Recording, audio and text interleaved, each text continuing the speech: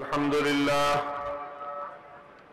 لله نحمده ونستعينه ونستغفره ونؤمن به ونتوكل عليه ونشهد أن لا إله إلا الله وحده لا شريك له ونشهد أن سيدنا ومولانا محمدا عبده ورسوله صلى الله تعالى عليه وعلى آله وأصحابه وبارك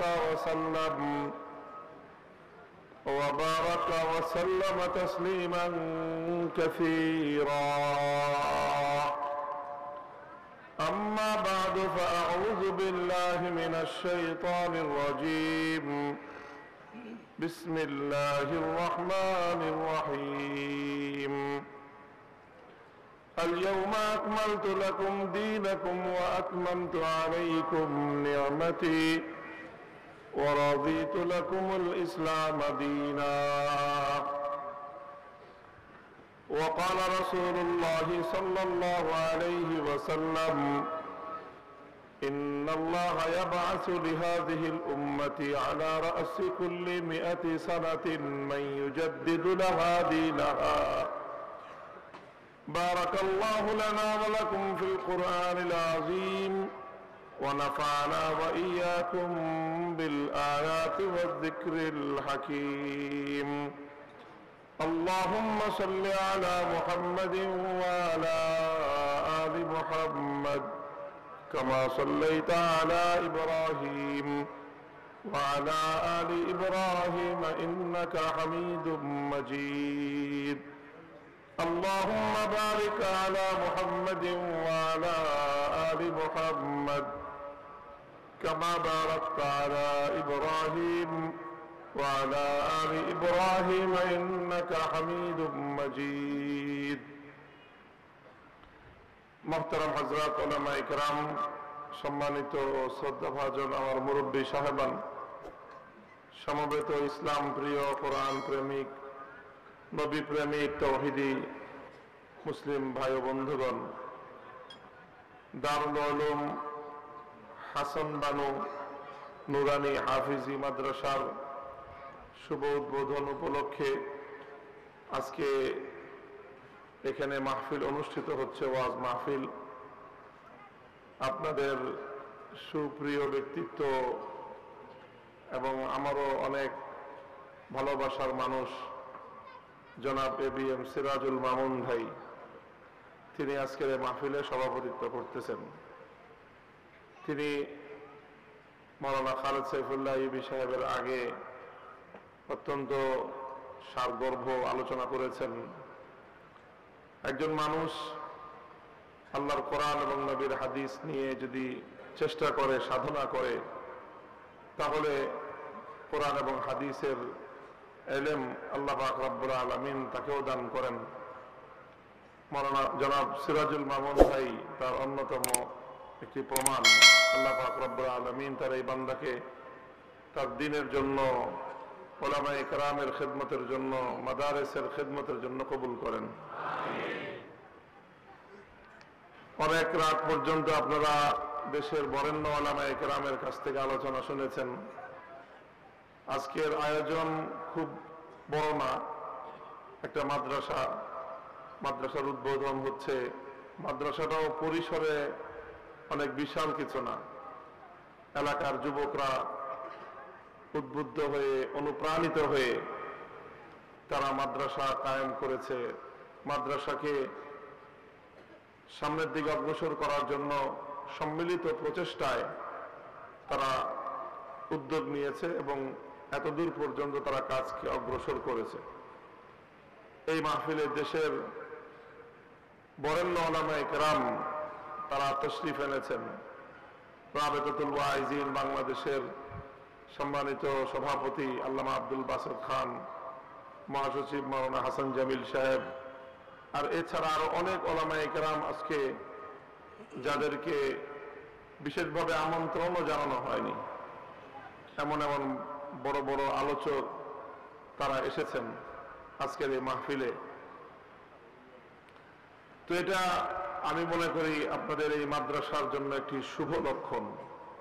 একটি ভালো আলামত যে ইনশাআল্লাহ এই মাদ্রাসার উসিলায় তার জন্মের দিনেই, তার প্রথম দিনেই উলামায়ে কেরামের পদভারে এই এলাকা যেভাবে প্রকম্পিত হলো, পদচারণায় মুখরিত হলো, ইনশাআল্লাহ আগামীর দিনে এই মাদ্রাসা থেকে এমন ব্যক্তিত্ব তৈরি হবে যারা এই জমিনে আল্লাহর দ্বীনের ঝান্ডা সমুন্নত করবে ইনশাআল্লাহ।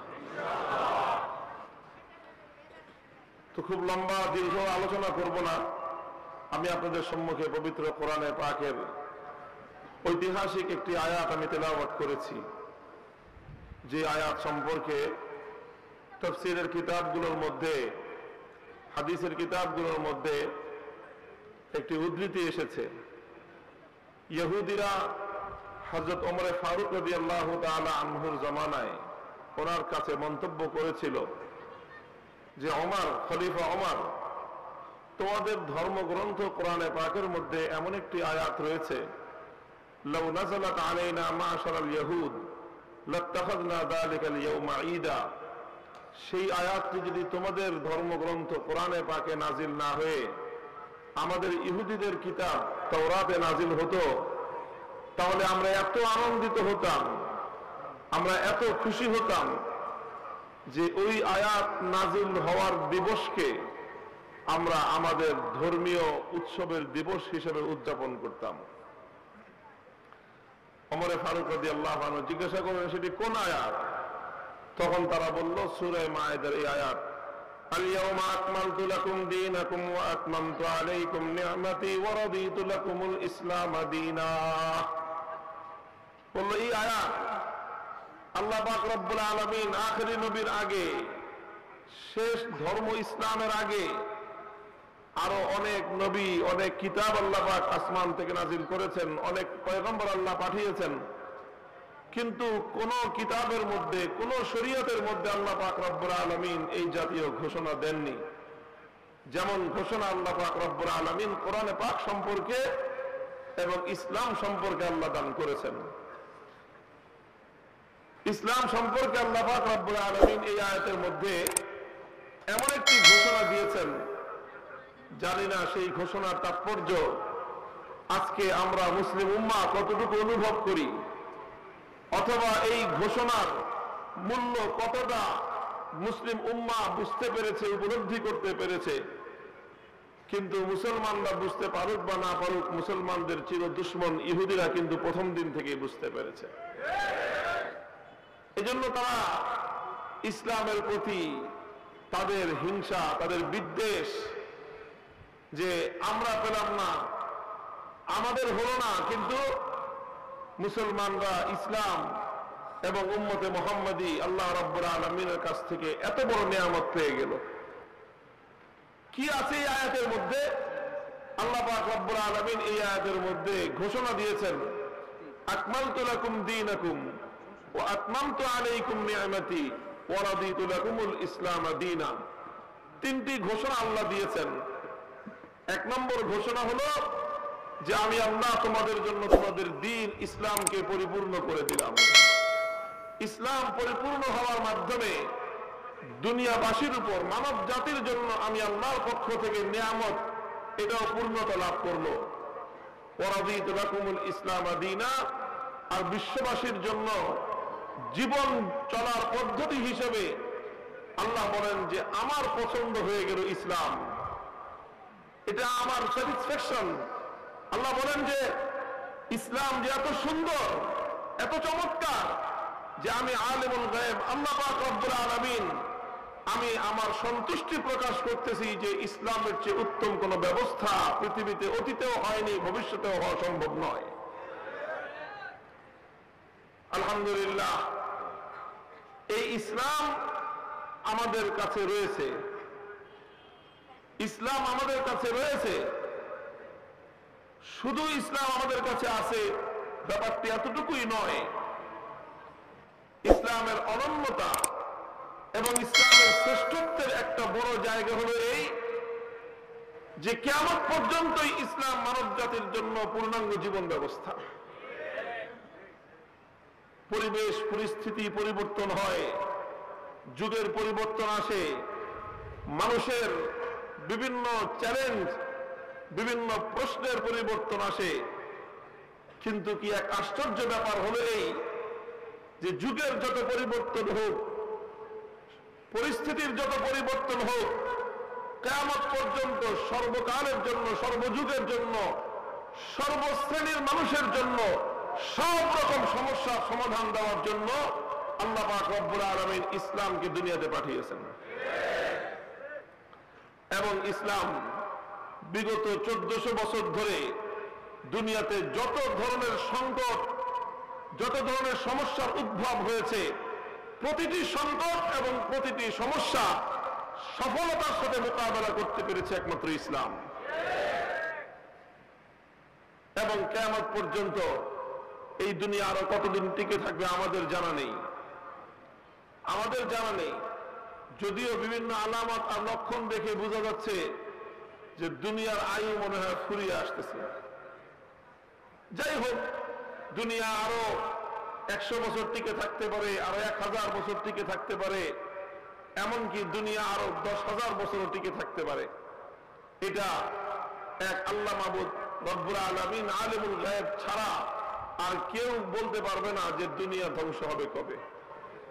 ইন্নাল্লাহা ইনদাহু ইলমুস সাআতি ওয়া ইউনাজ্জিলুল গায়সা ওয়া ইয়ালামু মা ফিল আরহাম ওয়া মা তাদরি নাফসুম মাযা তাকসিবু গাদা ওয়া মা তাদরি নাফসুম বিআইয়ি আরদিন তামুত।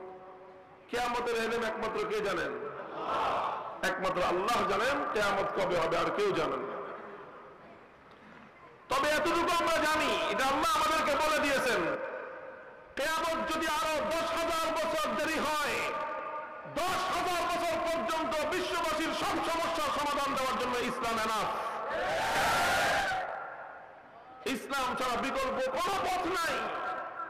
অন্য কোনো মাধ্যমে, অন্য কোনো উপায়ে দুনিয়ার মানুষের সমস্যার সমাধান হওয়া সম্ভব নয়।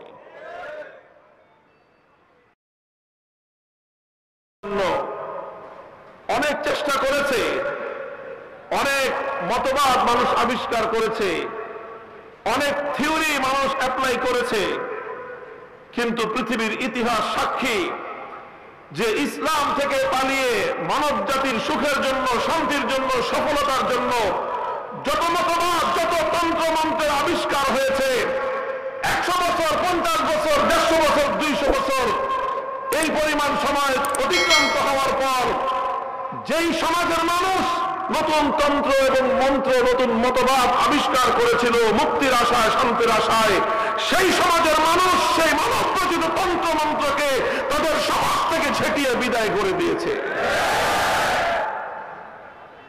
মুহতারাম হাজরিন, এই যে কমিউনিজম,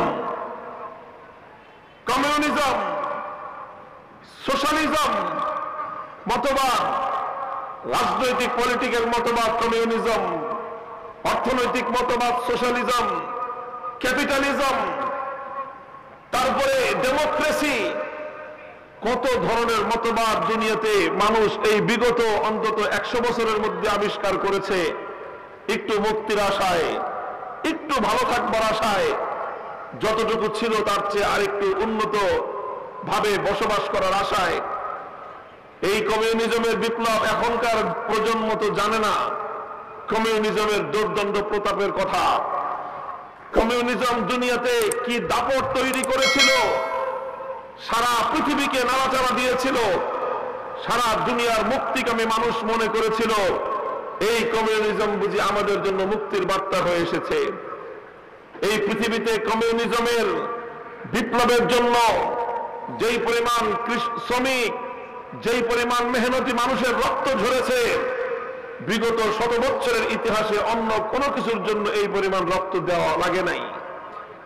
লক্ষ মেহনতি মানুষ, লক্ষ শ্রমিকের রক্তের উপর প্রতিষ্ঠিত হয়েছিল কমিউনিজম। মেহনতি মানুষদের স্বপ্ন ছিল কি, কেউ খাবে তো কেউ খাবে না, তা হবে না, তা হবে না। মেহনতি মানুষের স্বপ্ন ছিল কেউ থাকবে গাছতলায়, কেউ থাকবে পাঁচতলায়, তা হবে না, তা হবে না। কি স্বপ্ন ছিল? সবাই খেয়ে পরে সাম্যের সাথে জীবন যাপন করবে। মেহনতি মানুষের স্বপ্ন ছিল সবাই পাঁচতলায় থাকবে। এই স্বপ্ন নিয়ে সোভিয়েত ইউনিয়ন প্রতিষ্ঠিত হয়েছিল। গ্রেট সোভিয়েত ইউনিয়ন বিশাল সাম্রাজ্য গড়ে তুলেছিল। লেনিন, কার্ল মার্কস, মাও সেতুং চায়নার মধ্যে বিশাল বিপ্লব করেছিল কমিউনিজমের নামে। 50 বছর অতিক্রান্ত হওয়া লাগে নাই, যেই মতবাদ দুনিয়ার মেহনতি কৃষক শ্রমিকদেরকে মুক্তির স্বপ্ন দেখিয়ে তাদেরকে রক্ত দেওয়ার জন্য বিপ্লবের ময়দানে অবতীর্ণ করেছিল, 50 বছর পর সেই মানুষগুলো দেখলো সব ভাওতাবাজির স্লোগান ছাড়া কিছুই নয়। যেই শ্রমিক, যেই মানুষ রক্ত দিয়ে বিপ্লব করেছিল সোভিয়েত ইউনিয়নের বুকে, তারাই লেনিনের বিশাল মূর্তির গলার মধ্যে শেকল পেঁচিয়ে আটলান্টিক মহাসমুদ্রে ভাসিয়ে দিয়েছে। তোমার মতো এই কমিউনিজম দিয়ে, তোমাদের এই মতবাদ দিয়ে দুনিয়ার মানুষের মুক্তি আসতে পারে না। আজকে সারা দুনিয়া ব্যাপী আমেরিকার দাপট চলছে।